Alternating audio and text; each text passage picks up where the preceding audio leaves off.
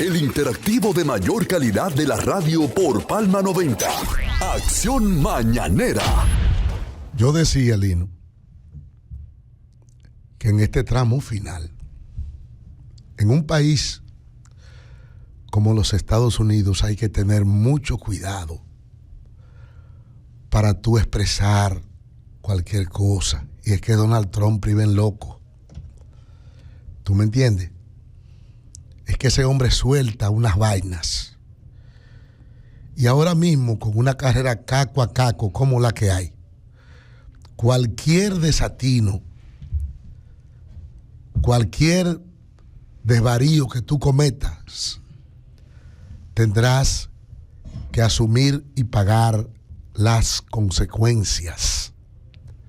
Mira cómo el equipo se desliga, lo que indica que él actuó por motus propio, y esa diáspora puertorriqueña, esa nación puertorriqueña que viaja libremente desde Estados Unidos hasta Puerto Rico, porque Puerto Rico es un estado libre asociado a los Estados Unidos.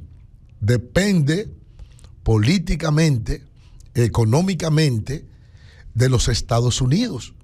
Y a nivel cultural, Puerto Rico también tiene una relación muy directa con los Estados Unidos. Entonces, tú tienes que tener mucho cuidado con la cantidad de puertorriqueños. Los puertorriqueños son mucha gente.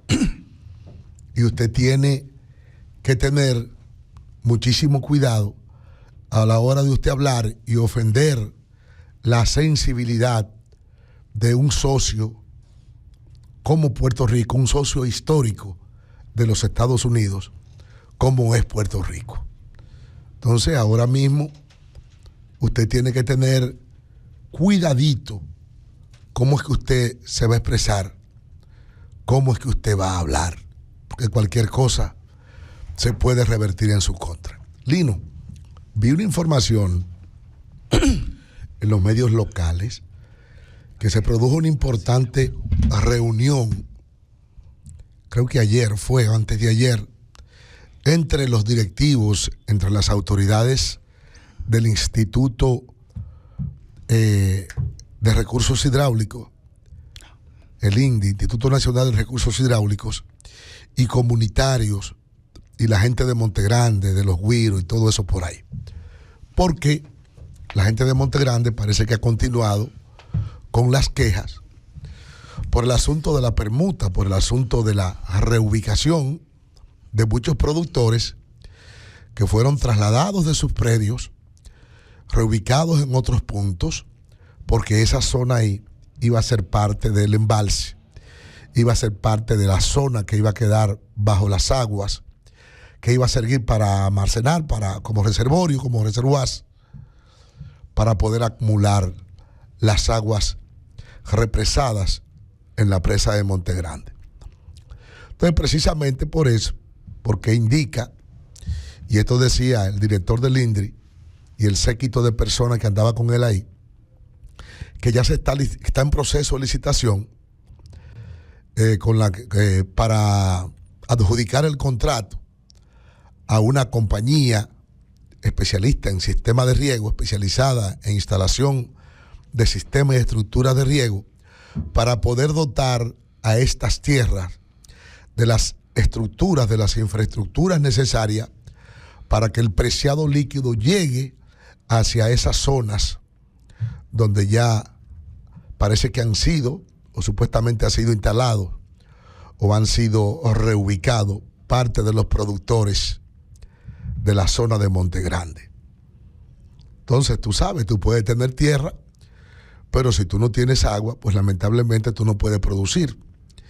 Y se hizo inclusive mención de Barahona y de Bauruco, lo que indica que este tipo de instalaciones, estas obras conexas que se van a hacer para hacer llegar el agua hacia esas lejanas zonas, ya todo indica que hay un interés por parte de las autoridades y se están asumiendo compromisos. Por parte de la dirección del INDRI con relación a esta situación. Ahí había muchísimos comunitarios que hacían sus reclamos. Siempre este tipo de acciones y este tipo de actividades, cuando se realizan, provocan cierto tipo de impactos, cierto tipo de situaciones que en la medida del tiempo va pasando, se van dirimiendo, se van acotejando, se van resolviendo, porque una bella estructura, una obra de esas dimensiones, siempre conlleva en el transcurso de su construcción, en el transcurso de su edificación, cierto tipo de situaciones que hay que ir sorteando, que hay que ir viendo, aparte de los imprevistos que se dan, aparte de los plazos que a veces no se cumplen, tal vez por asuntos de carácter financiero, de carácter presupuestario, y todo esto es un tema, y por esto a veces esas obras así tan grandes, de esos presupuestos tan abultados, tan exorbitantes, presentan este tipo de escollos. Pero es una importante noticia, es gratificante, porque eso pone de manifiesto que esos productores que dependen precisamente de sus predios agrícolas, pues van a reactivar nueva vez sus economías familiares, porque su único medio de vida, o el único medio de vida que tienen tal vez, o la única forma de vida que tienen, es la práctica de la agricultura extensiva que hacen, porque es un tipo de agricultura no tan tecnificada, y es también agricultura de subsistencia, porque son pequeños predios, son pequeñas parcelas que se le otorgan a estos productores, 20, 30, 40 tareas, y no tienen a veces la capacidad de producir muchos excedentes. Por lo general, estas parcelas funcionan como medios de vida para, en primer orden, suplir la demanda doméstica de productos de consumo, musáceas principalmente, plátanos, guineos, vegetales, berenjena, y uno que otros frutales también que ellos siembran en sus predios. Pero que cuando la producción va buena, cuando hay agua, cuando se tiene acceso a uno que otro crédito en el mercado, cuando se cuenta con asistencia técnica por parte de los organismos estatales pertinentes, entiéndase el mismo INDRI, entiéndase el Instituto Agrario Dominicano, entiéndase el Ministerio de Agricultura y otras entidades más afines, entonces la cosa puede cambiar y puede comenzarse a producir cierta cantidad de rubros, de tal manera que estos excedentes puedan ser trasladados y puedan ser llevados hasta los mercados y proceder a la venta de esos productos, lo que también alivia en términos de la demanda, porque a veces hay una gran demanda por parte de la colectividad de ese tipo de productos. Productos que por lo general, Lino John, a veces no llegan a los supermercados. Ustedes saben que los supermercados como intermediarios tienden a vender más caro que los productores que se apostan, que tienen su puesto de venta en los mercados. Entonces se eliminan ahí ciertos márgenes de intermediación y a veces los mismos productores son los que comercializan, son los que venden sus productos y eso tiende a abaratar los costos y a que la ciudadanía pueda tener acceso a unos costos más bajos, unos precios más considerados de esos rubros que son parte integral de la canasta familiar.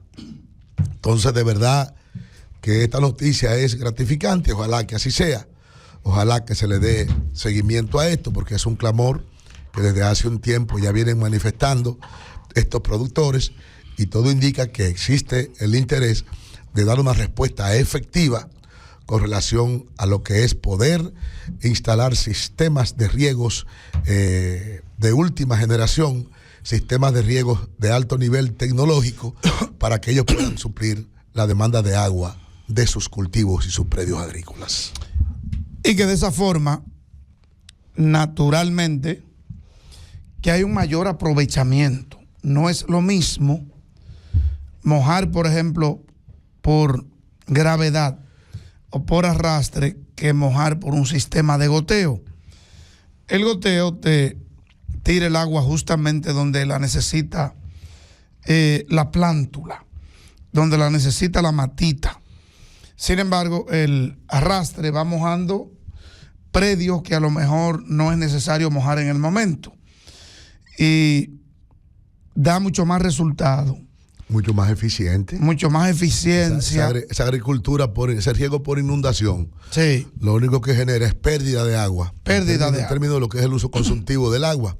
Pérdida de agua y también mucho arrastre en los suelos. Porque tú sabes que un suelo que tenga algún nivel de pendiente, cuando tú lo sometes a ese caudal, se le lleva la por inundación, todos esos suelos son erosionados y son arrastrados, y eso pues produce que la calidad de esos suelos tienda a disminuir. No es lo mismo que tú con un riego localizado, un riego de precisión, como es el riego por goteo, como tú dices, se coloca el goterito, se coloca la manguera, y esa agua, pues esa mata, ese cultivo, ese va a recibir precisamente lo que demanda para el desarrollo metabólico, para el desarrollo o para la buena ejecución de sus funciones metabólicas y fisiológicas. Pero recibe la gota justamente donde la necesita, porque inclusive hay mangueras que se llaman mangueras ciegas, que vienen sin ningún tipo de orificio. Entonces te venden ese botoncito. Sí, el goterito. Ese goterito para que usted sea quien puye esa manguera. Se lo instala y lo instala. Y de hecho, tiene manera de controlarlo. Usted lo puede poner que tire mucha, que tire poca. O sea, depende de cómo usted quiera. No, porque también eso, Lino, ese uso consultivo de las aguas o eficiente, los expertos en instalación de sistemas de riego. Yo tengo un amigo que es experto en sistemas de riego. Aprendí algunas cosas con él. El ingeniero Hugo Galarza, mi maestro y mi mentor. Saludos para Hugo Galarza y para Ronnie Galarza, su hermano que viven aquí en Barahona. Hugo es un especialista en instalación de sistemas de riego, también especialista en ciencias ambientales, técnico de los mejores que tiene este país, sin temor a equivocarme, de los mejores. Entonces, Hugo me decía, cuando yo comencé a instalar algunos sistemas de riego con él ahí en Santiago, me decía, no, Miguel, porque eso no es así. Tú colocas el gotero, tú instalas la manguera, pero tú, en función de las necesidades metabólicas y en función de la cantidad de energía y de agua y de las mismas características propias de esa planta, tienes que hacer tus mediciones y tus estudios y saber qué cantidad de agua por día, qué cantidad de agua por hora necesita esa planta. Es mediante un cálculo que se hace. No es porque cuando viene a ver, tú le colocas la manguera y el agua no recibe la cantidad de agua necesaria y tú vas a provocar un daño por falta de agua. Vas a provocar marchitez permanente, vas a provocar que el suelo se reseque, que la planta tienda a marchitarse. O lo contrario, tú puedes provocar también por exceso de humedad, que los vegetales también o las plantas comienzan a tener botritis, que es pudrición de las mismas raíces de la planta. Se pudre la raíz. ¿Verdad? Que comienza también a provocarse un cierto daño, que es la llamada citólisis. La citólisis es un rompimiento de las células de la planta, que la planta entonces lo que hace también que se muere, pero por sobrehidratación. Tiende a morirse por dos razones, por hiperhidratación o por subhidratación. Es que no le ponga mucha agua, ni le ponga agua de más, ni le ponga agua de menos. La instalación de esos sistemas de riego, los especialistas en eso, hacen sus cálculos para saber cuál es la demanda de agua que requiere cada cultivo por hora, en función de la temperatura, en función de la humedad del aire, en función de las características también del suelo, porque no todos los suelos son iguales y no todos los suelos tienen la misma demanda de agua. No es lo mismo un suelo arenoso, Lino John, que infiltra agua con mucho más rapidez que un suelo arcilloso.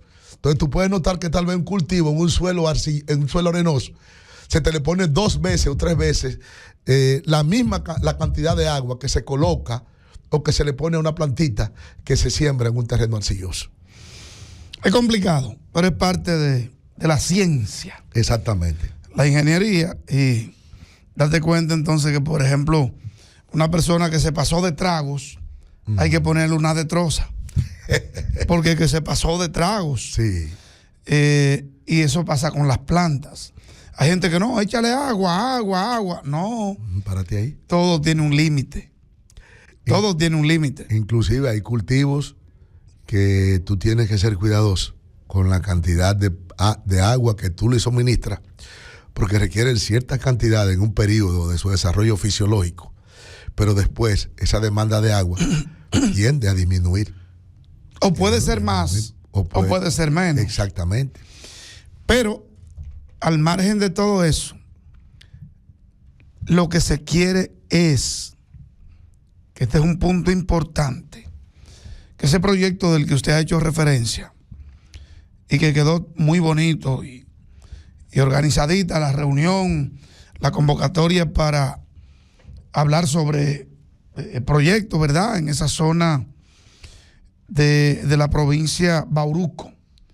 Pertenece a Bauruco. De Bauruco, sí. Esa parte. Bueno, es que se ejecute. Porque a veces usted ve que en teoría dibujan la paloma bien bonita, pero lo difícil es ponerle el pico y que coma.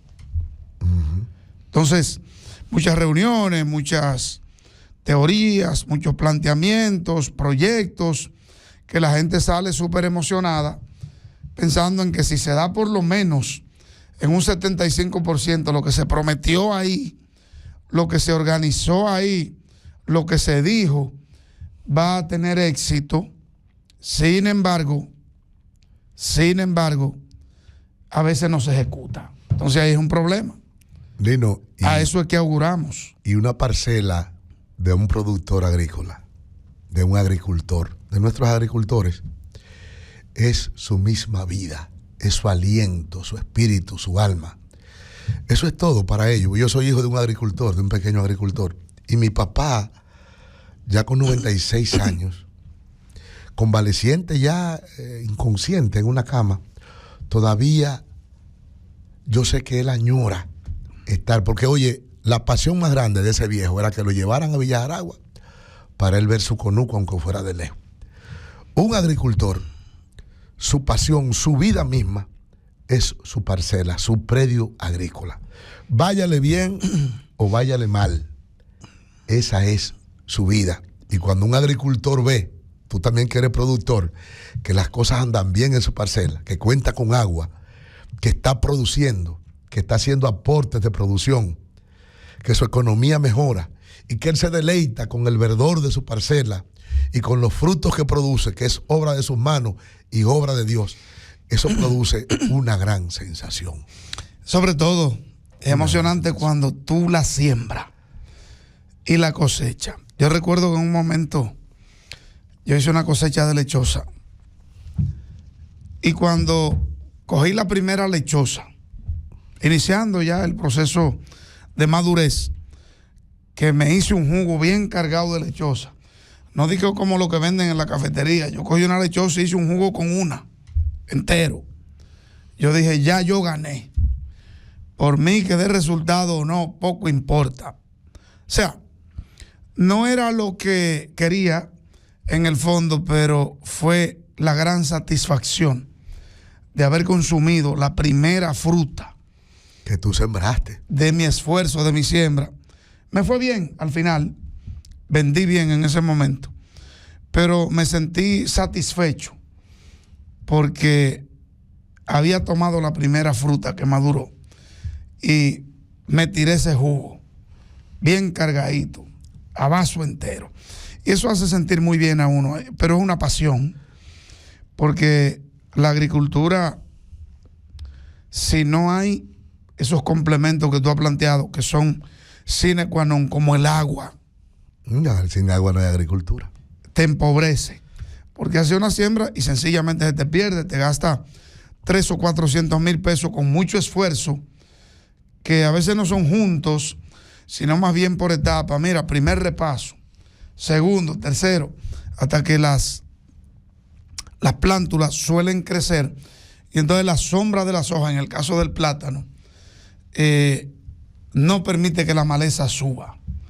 Y si sube, es en mínima cantidad.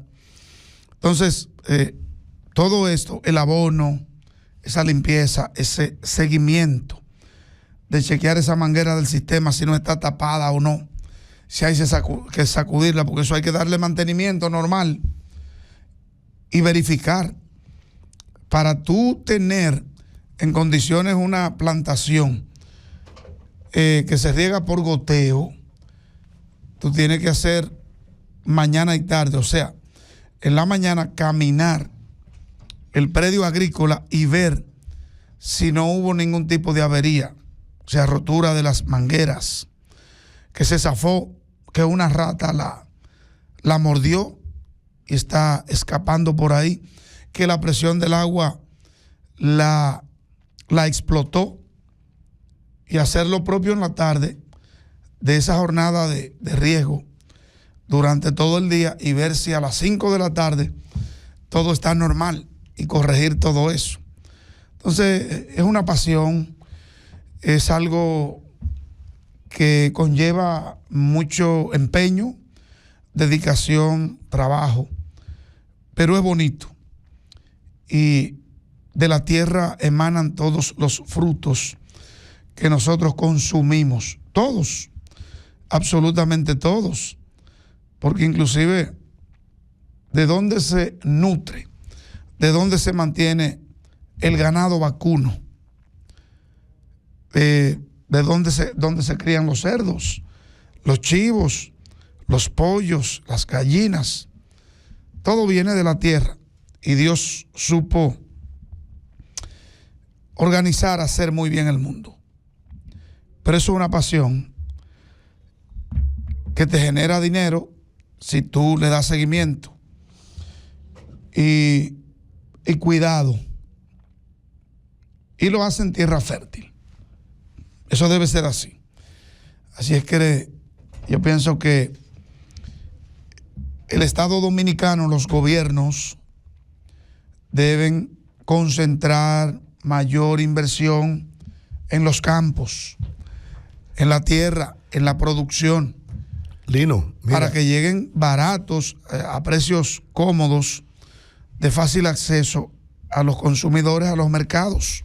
Mira, en Neiva, por ejemplo, aparte de esos suelos ahí, de los salados, y que son suelos salidos sódicos, son suelos difíciles de trabajar, pero hay gente. El coco creo que se da muy bien ahí. El coco tiende a progresar bajo ciertas condiciones, porque es tolerante a altos niveles de salinidad, igual que también las musáceas. Si usted ubica, por ejemplo, en toda la orilla del mar, hay matas de coco silvestre. Hay una gente que hicieron una inversión en el salado de Galván y no le fue bien, porque parece que era tanto el nivel de salinidad que había, que los cocos no prosperaban muy bien. Era un proyecto muy bonito en un inicio, pero no veo como que haya desarrollado mucho. Ahora, te estoy hablando de esos suelos. Hay gente que ha hecho agricultura porque a través de los años los israelíes te lo hacen ahí. Han regado, no sé de qué forma. Hay zonas que con el tiempo se han lixiviado, se han lavado, como se dice, porque tú esos suelos los sometes a un lavado continuo con agua, y después ese nivel de sal, aunque por reacción química, la sal siempre está presente. El abono es sal. Es su propia naturaleza. Sí, los abonos, cuando se abusa de ellos, tienden a provocar niveles de salinidad en los suelos, porque los abonos, la base de los abonos, el sulfato, el potasio, la base de los abonos, la base química son sales. Entonces, por eso es que a veces el uso indiscriminado de los abonos tiende a provocar salinización de los suelos. Te decía esto, Lino, que aparte de que la gente dice, no, pero es que aquí en el sur hay muchos suelos malos que no sirven. No, como hay muchos suelos malos, también hay muchos suelos buenos. En esa zona de Mella, de Duvergé, Neiva, en la parte de arriba, Villa Jaragua, Galván, oye, Vicente Noble, por ahí hay miles y miles. Tamayo, por ahí hay el Jobo, Villa, miles y miles de tareas. Aquí abajo, la zona de Fundación, la zona de Atoviejo. Por eso es crema. Oye, en Fundación hay unos terrenos. Yo recuerdo que trabajando yo en Visión Mundial, a un grupo de agricultores, donde estaba el señor Fulimba, Dios lo tenga en gloria, que ya falleció, mis amigos de Fundación, Manuel Diógenes de Fundación, el viejo Nicanor, de ahí de Fundación. Fundación hay un señor que yo conocí. Toñito de Creo Fundación. que ese Manuel, que produce, que Manuel cuando Diógenes, corta plátano. Manuel Diógenes era de aquí de Barahona. Creo que debe haber muerto, porque Manuel Diógenes, cuando yo era muy joven, tenía que tener unos 80 años casi. Bueno, un señor que yo conocí que cuando corta plátano, no, ese está vivo, me parece. Manuel Diógenes. Yo no sé si es Manuel Diógenes. Bueno, que alguien me aclare, porque si está pero vivo, que corta, debe tener unos cuantos años, porque ya... Que cuando corta son 8, 10 camiones de plátano. Hace 30 años ya que eso pasó. Y nosotros, a través del FIME, logramos financiar una bomba campeón a ellos, a esos productores, para conectarla del río Yaque. Mira, y tú notabas el perfil, la calidad de esos suelos de fundación y la cantidad de plátanos que ellos producían por ahí. Era un asunto exorbitante en toda esa zona por ahí. Y hay personas que producen plátano en grandes cantidades. Por ejemplo, yo no sé qué está haciendo Moncito ahora mismo, porque me dicen que está medio afectado de salud. Nuestro amigo Moncito, de ahí de Fundación. Yo creo que fue ese. Sí, pero Moncito te produce, creo que tenía que la finca tenía que tener 1000 y tantas tareas o más. Ese fue el que yo vi. Y producía plátano para industrialización en grandes cantidades. Después hizo la transición a coco y comenzó a sustituir plátano por coco. Hace tiempo que no voy por allá, pero no sé en qué estará Moncito. Pero tiene un productor de de alto tareaje, que es Bernardo Segura de Villajaragua, Bernardito, que produce ahí en la lista. En la lista no, en Angostura. Él tiene su finca ahí y produce grandes cantidades también de musácea, de plátano. En Villajaragua, Claudio y Yossi, y también Emilián, Benjamín. Oye, son muchachos jóvenes que están... Y que son ricos de eso. Claro, le están dando una nueva dimensión a la agricultura, porque ya ese concepto lindo que se tenía de la agricultura empobrece y que únicamente lo que deja es sudor y miseria. Eso se está acabando. Ya la agricultura está pasando a otros niveles y esos jóvenes empresarios agricultores le están dando otra dimensión. Por lo tanto, es lo que tú dices, hay que abocarse por parte del Estado a que se hagan inversiones importantes en el sector agrícola, de captación de terrenos. El mismo Instituto Agrario Dominicano seguir sus exploraciones. A ver, oye, por ahí, por Jimaní, entre el Río Blanco y esa montaña de Jimaní, que yo la he atravesado a pie, caminando, cuando trabajaba en medio ambiente, por ahí existen unos valles, pero unos valles que completamente planos, que tú no encuentras una montañita por ninguna parte, pero son terrenos secos. Ahí en la zona de Blanco, de Jimaní, no tienen agua. Pero si tú le haces llegar agua a esas miles de tareas que existen en esa zona, la cosa va a cambiar. Y la siembra en secano solo pudiera dar algún tipo de resultado en las lomas. Por ejemplo, en las lomas cafetaleras, solamente, que llueve mucho por la vegetación, la gente siembra en secano porque el café no tiene reguío. El café se siembra. Yo no sé cómo estará. Ojalá que nos llame alguien de Jimaní o el Limón para que nos diga. Yo no sé cómo estará el proyecto Grandes plantaciones de limón ahí. Allá, en el proyecto de Jimaní. Sí. No, yo te hablo del proyecto de allá del Limón, que está a la salida del Limón. Hay muchos limón sembrados porque ahí son pequeñas parcelas. En un momento dado como que se unificaron. El IAD siempre ha estado con ellos ahí. Pero eso es una zona, esas parcelas son parcelas de primerísima calidad. Y ellos producen altos volúmenes de lo que se pongan a sembrar.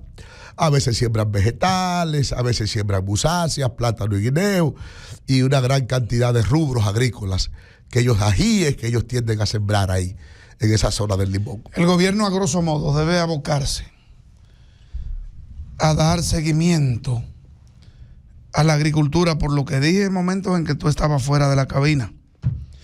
Todo lo que se consume en el mundo, de alguna u otra manera, tiene que ver con la tierra. Así es. Porque las vacas no se crían en el aire, ni en el mar. Así es. Los chivos, los cerdos, las gallinas, los pollos. Oye bien, si nos vamos a los productos cárnicos, pero después todo lo que tú siembras, habichuela, arroz, plátano, guineo, yuca, batata, papas, vegetales, ajo, cebolla, todo, verduras, es en la tierra. El coco, el maní, todo se da en la tierra, absolutamente todo. Entonces, por ejemplo, mira cómo está abandonado el proyecto Prodevad. Esas son una de las mejores tierras que tiene este país. El Prodevad, allá en Juancho. Y demostrado. Ese valle ahí, eso está demostrado. Demostrado. No, porque son inclusive suelos muy profundos. Demostrado. Prodevad demostró lo que es, porque estuvo a plena capacidad y la vida de esos productores fue impactada positivamente. Yo entiendo que eso hay que retomarlo. Son unos suelos. Son elefantes blancos. De primera calidad. Sí. Están los productores ahí haciendo lo que se pueda. y creo que es un asunto que hay que retomarlo. Hay que poner esos suelos de Prodevar a producir otra vez. Mira, yo recuerdo que cuando yo estuve en Pedernales trabajando, pues yo he brincado más que un gato. Siempre pasábamos por ahí, Ramón Barrero y yo, y entrábamos a Prodevar y tú podías comprar tus plátanos a bajo costo. Y la calidad de esos plátanos que producía Prodevar y los troncos con la tecnificación que ellos le aplicaban, tú veías la robustez de esos troncos de plátano de Prodevar y el sistema de riego y todo cómo funcionaba, las labores de limpieza que ellos hacían. Tú no encontrabas ahí una matica de hierba, una maleza por ninguna parte, porque había un control absoluto de la producción en ese sentido. Entonces, como dice Lino John, es un llamado que hacemos, que ese terrenal con un potencial enorme para producir, esa llanura, que ya lo ha demostrado así, lo demostró cuando eran terrenos de Linda aquella vez, también los de Instituto Pedernales, Nacional del Algodón, y lo ha demostrado ahora. Inclusive hay productores independientes, camino a Juancho y Oviedo hacia abajo. Yo no sé todavía si la finca del senador Dionis Sánchez estará produciendo. Sí, pero produce siempre. Él tenía una finca de plátano a mano izquierda de aquí para allá, que era una cosa enorme, y las condiciones en que esa finca estaba. Lo que indica que aquellos que han hecho un esfuerzo propio por sí mismos y que han tenido la forma, que han perforado un pozo tubular y el agua no le ha salido salinizada, porque recuerden que en esa zona de allá de Pedernales y Oviedo hay un alto problema de intrusión salina, que las aguas tienden a contaminarse con facilidad. Ustedes saben que las aguas saladas son más densas que las aguas no saladas, y cuando tú perforas un pozo, pues entonces las aguas saladas, ser más densas, invaden el pozo y te contaminan las aguas, y ya tú sabes lo que significa eso para la producción. Pero mira, en la zona, por ejemplo, de Oviedo. De verdad que sí, Lino John. Comulgo contigo. En ese valle de Oviedo, los productores lograron hacer pozos que son salobres. Pero a los plátanos, a las musáceas, todo parece indicar que no le afecta tanto el alto grado de salinidad. No, los plátanos aguantan. Sí, ahí aguantan. Hay unos productores que se han hecho millonarios. Millonarios. Recientemente yo estuve hablando con un amigo y le pregunté que cómo le fue y me dijo, me gané 12 millones en la siembra que tú viste que yo hice. Yo pregunté, tú sabes que los suelos de Mella, ahí los pasos de Mella, ahí hay productores, creo que hay un productor, se llama, no sé, Jorge Bay, no sé, que está ahí mismo, del parquecito de los pasos, en la parte de atrás. La finca de él está en la parte de atrás. Creo que él es agrónomo. En un momento dado estuvo trabajando y asistiéndolo técnicamente el ingeniero Marcos Antonio Manceo, uno de los técnicos más preparados en cultivos del país, en frutas y vegetales del país. Mi amigo Marco Antonio, que vive ahí en Dos Pasos. Y ese señor ha logrado producir en grandes cantidades. Estuve ahora mismo por ahí, pues yo pasé por ahí y yo miré hacia adentro. Y los plátanos que hay ahí en esa parcela, la producción de plátano que lleva, la homogeneidad, la calidad, la limpieza, la hermosura de los plátanos, una cosa enorme. Y son suelos salinos. El follaje. El follaje. Ellos mismos logran también ahí mismo en Mella, los mismos muchachos, Lelo y Marco y otros más, producir mucha cebolla ahí en Mella. Y los suelos de Mella son salinos. Pero el fuerte de ellos era el cebollín. El cebollín y el tabaco. Muy bueno. Pero el cebollín, sí. Momento de la pausa. Bueno, hemos hablado Mella, ¿verdad? Como un técnico calificado. Es un productor agrícola en el área. Yo soy de primera. Yo soy un exégeta. Un imberbe. Yo soy un imberbe y un aficionado a la agricultura. Con eso me crió don Manuel Gómez allá en los Cerros de la Vija, perteneciente a la sección Buenavista del municipio de Enriquillo. Es un amante de eso, yo lo sé. Y yo soy amante. Si tú vas a mi casa aquí en Barahona, ahora mismo tengo que cortar un racimo de plátano que ya empezó a madurar y ver los racimos de guineo, plátano, limón, anón. Córtelo para que no le coja galante. Aguacate. No, a paredes muy altas, a 12 líneas. Sí, cuando quieres, y un perro ahí, un pitbull, que parece un becerro. Ahí no hay que cayó ahí. Está destrozado. Entonces, mira, yo soy amante de la agricultura, un aficionado, y donde quiera que yo estoy, tengo que tener un espacio para sembrar un frutal. Muy bien. O una musácea. Eso es así.